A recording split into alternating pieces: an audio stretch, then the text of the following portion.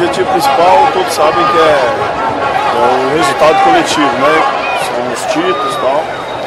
Mas para esses títulos aparecerem aí, eu tenho que fazer meu trabalho, fazer os gols para ajudar nos títulos. A gente tem desempenhado um papel importante taticamente, principalmente na recomposição.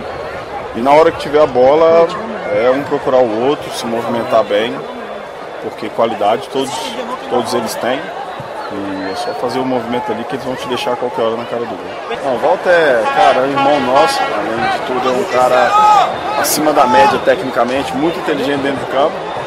E a gente, desde a chegada dele, nós nos fortalecemos muito, né? Criamos essa amizade boa, sincera e sempre torcendo para ele, né? E o nosso ambiente vai ser sempre esse. Quando eu faço gol, ele vem me dar um abraço, sobe, faz gol, ponta. A gente sempre dividindo essa alegria junto.